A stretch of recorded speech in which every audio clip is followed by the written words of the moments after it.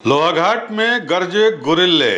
जी हां, लोहाघाट में नौकरी और पेंशन देने की मांग को लेकर गुरिल्लों के द्वारा जन जागरण रथ यात्रा निकाली गई। सोमवार को ये जन जागरण यात्रा लोहाघाट पहुंची, जहां बड़ी संख्या में महिला और पुरुष गुरिल्ला मौजूद रहे। लोहाघाट तहसील परिसर में गुरिल्लाओं ने संगठन के केंद्रीय अध्यक्ष ब्रह्मानंद डालाकोटी की अध्यक्षता और संगठन जिला अध्यक्ष ललित बगोली के संचालन में सभा का आयोजन किया और अपनी मांगों को लेकर तहसीलदार के जरिए प्रधानमंत्री, मुख्यमंत्री, रक्षा मंत्री को ज्ञापन भेजा। सरकार की कार्यप्रणाली से आक्रोशित गुरिल्लाओं ने कहा कि 17 साल से चल रहे आंदोलन और 5000 दिन से चल रहे धरना रथ गुरिल्लाओं ने सरकार की हठधर्मिता और शासन प्रशासन द्वारा हाईकोर्ट के दिए गए आदेश का पालन न करने को लेकर चला रहे हैं। अध्यक्ष डालाकोटी ने कहा कि इस बार सरकार से आर पार की लड़ाई लड़ेंगे। सरकार गुरिल्लों की ताकत को कम न आके।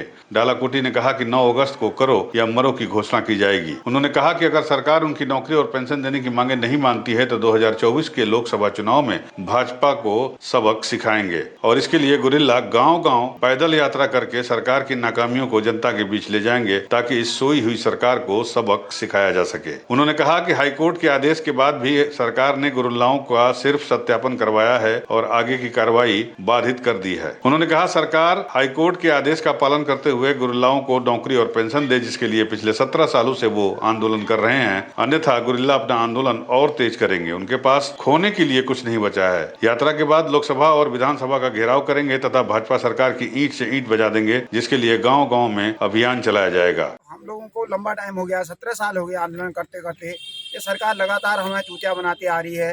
कभी कुछ, कभी सत्यापन कर रही है, कभी कुछ कर रही है, कभी कुछ कर रही है, खाली हम लोगों को गुमराह कर रही है।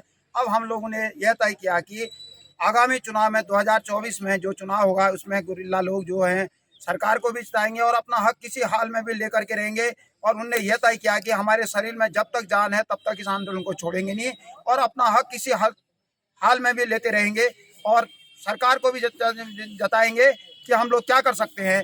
और हम लोगों ने यह तय किया है कि अगर सरकार हमारी जल्दी से जल्दी मांग पूरी नहीं करती है तो हम करो या मरो वाला नारा तैयार करेंगे और गुरिल्ला हर क्षेत्र में, गांव में जाएगा और सरकार के प्रति भी विरोध करेगा और कुछ भी नहीं तो अपने हक के लिए वो अपने पूरा शरीर तक त्याग कर देगा। संगठन के जिला अध्यक्ष ललित बगोती ने जिले के सभी महिला व पुरुष गुरिल्लों से तन मन धन से आंदोलन को सफल बनाने की अपील की। उन्होंने कहा कि गुरिल्लों को सरकार की लाठी और जेल जाने का कोई डर नहीं है, लेकिन वो हर हाल में अपना हक लेकर रहेंगे। गुरिल्लाओं ने सरकार के खिलाफ जमकर नारेबाजी भी की और भारी बारिश होने के बावजूद गुरिल्ला सभा में डटे रहे। इस सभा में आपको बता दें, काफी बड़ी संख्या में बुजुर्ग गुरिल्ले भी मौजूद थे। बहरहाल अब गुरिल्लाओं की नजर उत्तराखंड सरकार पे है कि वो उनकी मांगों को किस तरह ले रही है। किसी भी प्रजातांत्रिक देश में इतने लंबे आंदोलन की ये मिसाल नहीं है। किसी भी प्रजातांत्रिक देश में किसी भी आंदोलन की इतने लंबे समय तक अनसुनी करने वाली ये पहली सरकार है। इसलिए हमने ये जन जागरण रथ यात्रा निकाल करके जहां हम गुरिल्लों को जगा रहे हैं, वहीं इस सरकार को भी चेता रहे हैं कि प्रजातांत्रिक देश में इस तरह से जनता की मांगों को ठुकराना आपको भारी पड़ सकता है। और बहुत जोश है, वो सरकार से बहुत नाराज है उनकी मांगों की अनसुनी किए जाने से। तो हम जो 9 अगस्त है करो और मरो का नारा देने की बात की है लोगों ने, तो 9 अगस्त को करो और मरो का 1942 में गांधी जी ने नारा दिया था। इसलिए हो सकता है इस जन जागरण रथ यात्रा के बाद हम 9 अगस्त को करो या मरो की घोषणा करेंगे। उसके तहत हम और भी बड़ा उग्र आंदोलन भी करेंगे। साथ में चुनाव तक हम रथ यात्रा तो कर ही रहे, हम पद यात्रा भी करेंगे, गांव-गांव जा करके इस सरकार की नाकामियों को उजागर करेंगे। हम जो है सारे गुरिल्ले मिलके तो बहिष्कार करेंगे ही करेंगे।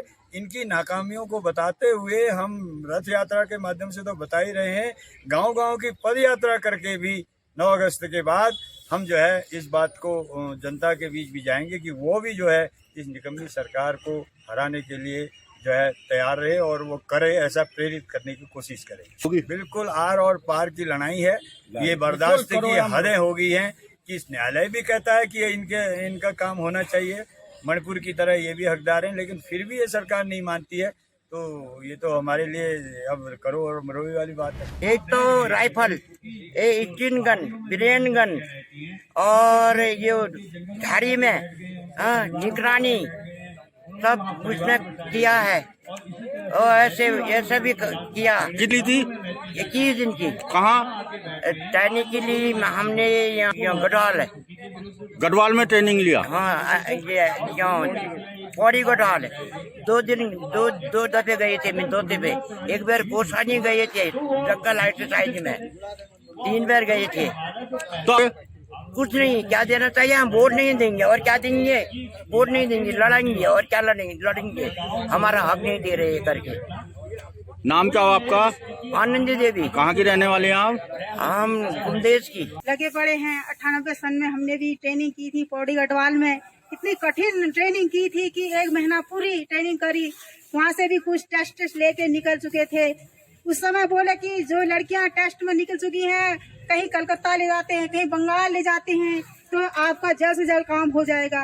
पर इतना समय लटक गया, अभी तक भी कुछ नहीं हुआ। ये सरकार अब कब तक इंतजार कर रही है हमारा, पता नहीं, समझ में नहीं आ रहा है। बोला कि 2015 में पिथौरागढ़ भाटकोट चले जाओ, वहाँ तुम्हारा सत्यापन हो रहा है, 1 महीने में आपका काम होने वाला है। यहाँ से गए पिथौरागढ़, इतना समय लगा, गरीब आदमी हुए, किराया बनाना भी मुश्किल हो रहा है।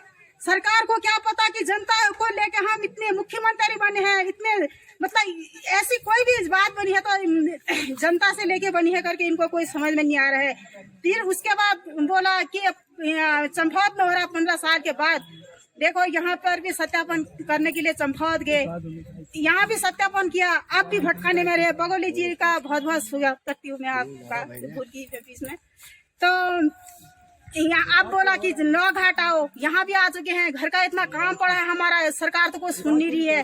अब के बार भी ये अब आ ही रहा चुनाव का टाइम, हमारा काम नहीं बनेगा तो मेरे भाई बहन जो भी यहाँ पर आए हो, कंधे से कंधे मिला के बगल जी का साथ देंगे।